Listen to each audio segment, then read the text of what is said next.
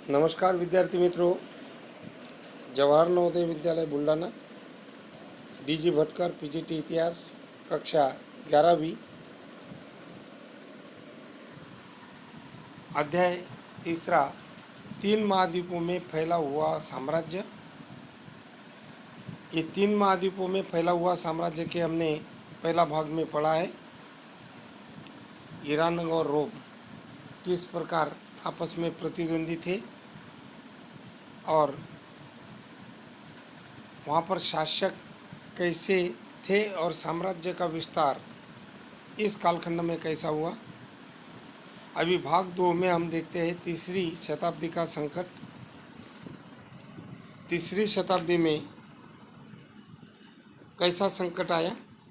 यदि पहली और दूसरी शताब्दी कुल मिलाकर शांति, समृद्धि, आर्थिक विस्तार के प्रतीक थी, तो तीसरी शताब्दी आंतरिक तनाव में के लिए बड़े संकेत लेकर सामने आती है। 230 के दशक के साम्राज्य ने स्वयं को कई मोर्चे पर जूझता पाया और आक्रामक वंश, एक जिसे ससानी कहते हैं, 15 वर्षों के भीतर वो तेजी से फरात की दिशा में फैला और 3 भाषाओं में खुदे हुए प्रसिद्ध शिलालेख में ईरान के शासक शाहपुर प्रथम ने दावा किया कि 60,000 रोमन सेना का सफाया किया। रोमन साम्राज्य की पूर्व राजधानी एंटियोक पर कब्जा भी कर लिया और इस बीच कई जर्मन मूल जनजातियां अथवा राज्य समुदाय राइन तथा डैन्यूब नदी के सीमाओं और साम्राज्य बढ़ाया। पूरी सीमा बार बार आक्रमण भी हुए इन सीमा प्रांतों पर, जबकि इस काल में सम्राट उन लोगों के विरुद्ध लगातार युद्ध करते रहे। रोमवासी विदेशी बर्बर कहा करते थे। तीसरी शताब्दी में थोड़े अंतर से अनेक सम्राट सत्तासीन हुए और इस तथ्य का स्पष्ट सूचक है। इस अवधि में साम्राज्यों को बेहद तनाव की स्थिति से गुजरना पड़ा।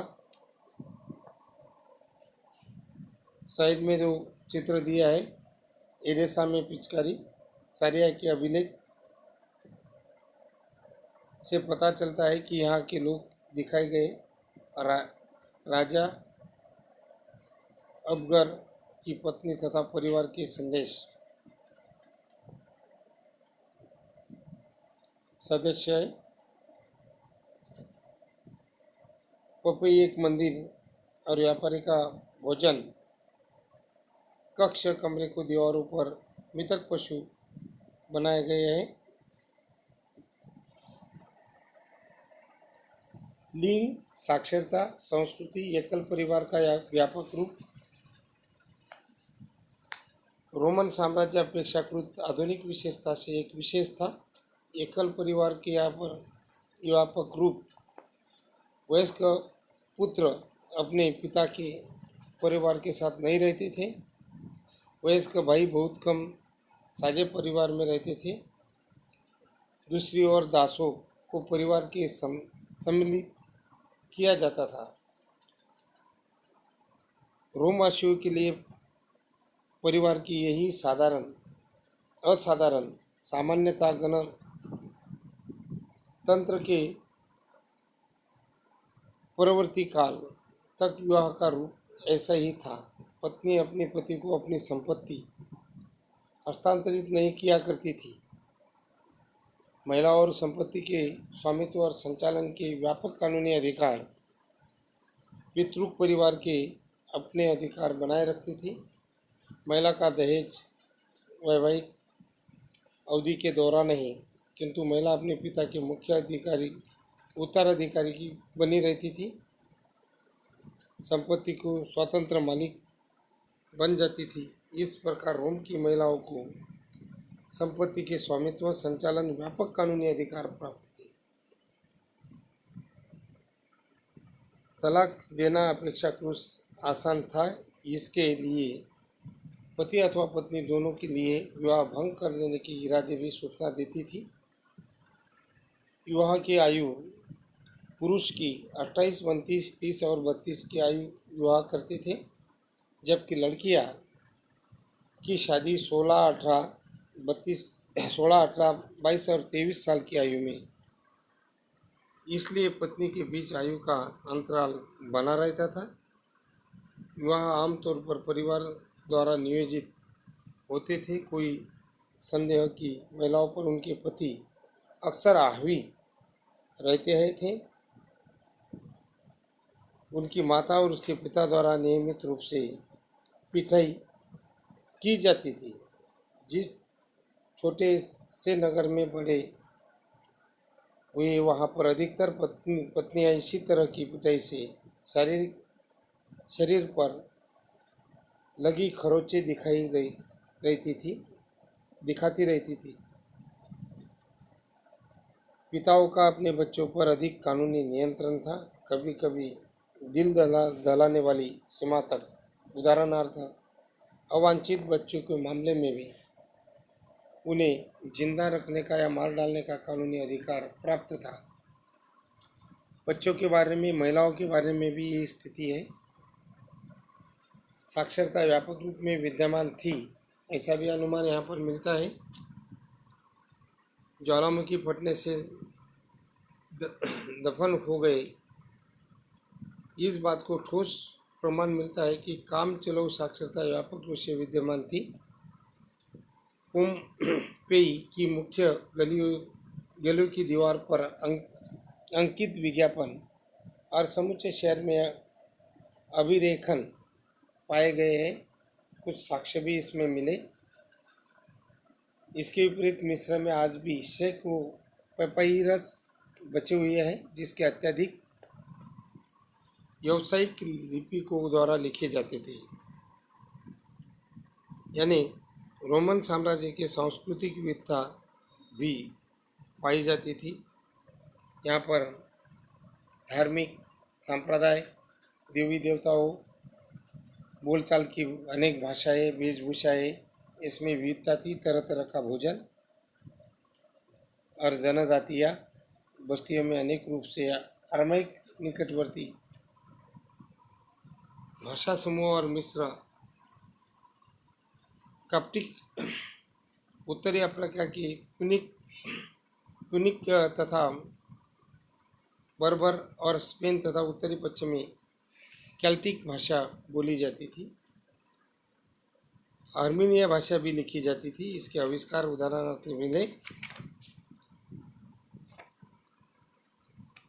और भाषा में इसमें ज़्यादा से ज़्यादा विविधता दिखाई देती है। लातिन भाषा का प्रसार और प्रचार भी हुआ। आर्थिक विस्तार की जो स्थिति हम देख रहे हैं, साम्राज्य के बंदरगाह, खदानों, ईंट भट्टों, जैतून के तेल की फैक्ट्रियाँ काफ़ी संख्या में थी। आर्थिक आधारभूत ढांचा काफ़ी मजबूत था। व्यापार के मंदे, तेल, जैतून, अंगूर, गेहूँ, शराब और स्पेन, गैलिक प्रांतों में, उत्तरी अफ्रीका में, मिस्र तथा अपेक्षाकृत कम मात्रा में इटली में भी इसका फैलाव सर्वोत्तम स्थितियाँ उपलब्ध थी। शराब, जैतून के तेल भी तरल पदार्थों, धुलाई के लिए मटकों या कंटेनर से होती है। एम्पोरा से वो करते थे। कंटेनर होता है एम्पोरा, यानी मटकों से टूटे हुए, बहुत बड़ी संख्या में वो भी अभी भी मौजूद है। मोटी टेस्टिकियो स्थल पर ऐसे 5 करोड़ से अधिक मटकों के अवशेष मिले हैं। कंटेनर जोड़कर फिर से अवशेष पाए जाते हैं और वो प्राप्त वस्तुओं की मिट्टी के भूमध्य सागरीय क्षेत्रों पर उपलब्ध चिकनी मिट्टी के भी नमूने यहाँ पर पाए जाते हैं। असाधारण उर्वरकता के कारण ये बहुत प्रसिद्ध है। यहाँ पर उर्वरकता तो असाधारण थी, उत्पादन में वृद्धि थी। 140-160 ईस्वी के वर्षों में अपने चमत्कारी पर था।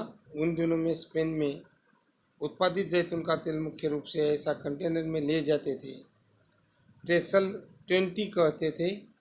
हेनरिक ट्रेसल नामक पुरातात्विक नाम पर आधारित है और कुछ अवशेष भी ऐसे ट्रेसल 20 नामक कंटेनर के अवशेष भूमध्य सागर के उत्खनन में प्राप्त हुए। पुरातत्ववादी ने उसका पूरा अवलोकन किया। पुरातत्वविद ये बता सकते हैं कि स्पेन जैतून के तेल उत्पादित अपने इतालवी प्रतिद्वंदी से तेल का बाजार छीनने के लिए सफल हुए और अपेक्षाकृत कम कीमतों पर बेहतर गुणवत्ता वाला तेल बेचा होगा। अफ्रीका के उत्पादकों में स्पेन जैतून के लिए तेल उत्पादन जैसा महत्वपूर्ण स्थान प्राप्त हुआ। 425 ईस्वी के बाद पूर्व में अफ्रीका के प्रभुत्व तोड़ दिया। परवर्ती 5वीं शताब्दी के 6ठी शताब्दी में एगियन, दक्षिणी एशिया माइनर, तुर्क, सीरिया, फिलिस्तीनी व्यापारी अंगूर, शराब, जैतून तेल के प्रमुख उत्पादक थे। तो इसी प्रकार की अर्थव्यवस्था बढ़ती गई। इटली, कैस्पियन, सिसिली, मिस्र, फयूम, गैलीली, बाइजेंटियम, ट्यूनेशिया, दक्षिण गॉल तथा बायटिका, स्ट्रेबो, लिफ्नी ये सभी सबसे बढ़िया कीमत अंगूर शराब कैस्पियन से आती थी। बाइजेंटियन रोम को भारी मात्रा में गेहूं का निर्यात करता था। गैलियन गहन खेती की जाती थी, इसलिए उर्वरकता यहाँ की मजबूत थी, अच्छी थी। स्पेन का जैतून का तेल स्पेन के दक्षिण ग्वाडलक्विविर नदी के किनारे में साथ साथ बसी अनेक जमींदारों से आता था। दूसरी ओर रोम क्षेत्र के बड़े बड़े हिस्से में बहुत कम उत्पादन था। यहाँ पर आधुनिक अल्जीरिया देहाती क्षेत्रों में प्रवास उठाए गए इधर उधर घूमते रहते थे और कम उत्पादन के नाते चरवाहों की संख्या भारी मात्रा में कम आ गई। खानाबदोश चरवाहों की आवाजाही पहले से अधिक नियंत्रण में हो गई। कैस्टेला, इसे गांव को कैस्टेला कहा जाता था और हम रोम साम्राज्य के बारे में सोचने समझने का प्रयास करें तो इन असमानताओं को कभी नहीं भूल पाएंगे। सांस्कृतिक तथा आर्थिक जीवन आदि में पिछड़ा था। सोना तो मिलता था, लेकिन बहुत सारी जगह पर जीवन में कम उत्पादन के नाते पिछड़ा और आर्थिक और अकाल के नाते परिस्थिति अस्थिर थी। बैंकिंग व्यवस्था धन का व्यापक रूप से प्रयोग होता था। सभी बातों में यह संकेत मिलते हैं कि हमें रोम की समुन्नत अर्थव्यवस्था को कम आंकने को प्रवृत्ति कितनी अधिक है। अब दास प्रथा और श्रम प्रतिबंधी मुद्दों पर हम विचार करेंगे। ये जो मानचित्र दिया है और जो साइड में चित्र बताया है, फ्रांस के दक्षिण तट में के पास पोतभंग ये यमपुरा इतावली का है, जिन पर फुंडी झील के निकट के उत्पादन में मूर लगाई है। ये मिट्टी से बनाए हुए और इसमें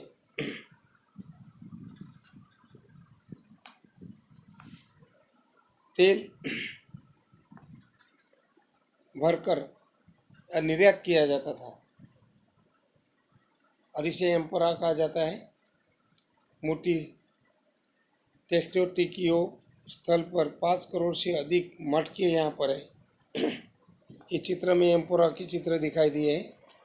साथ साथ हम देखते हैं कि मूल्यांकन के लिए आपको प्रश्न, ये जो दूसरा पाठ अध्यापन का समाप्त हुआ, अगर अध्यापन समझ में आया होगा तो हम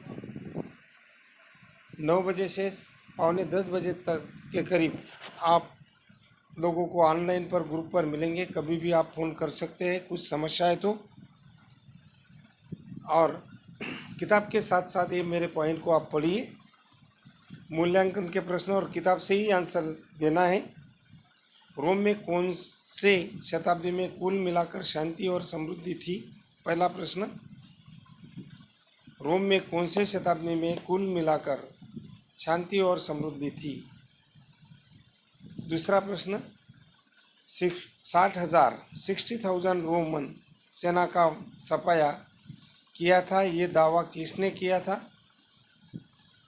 तीसरा प्रश्न, परिवार का अभिप्राय बताओ, एकल परिवार का अभिप्राय बताओ। चौथा प्रश्न,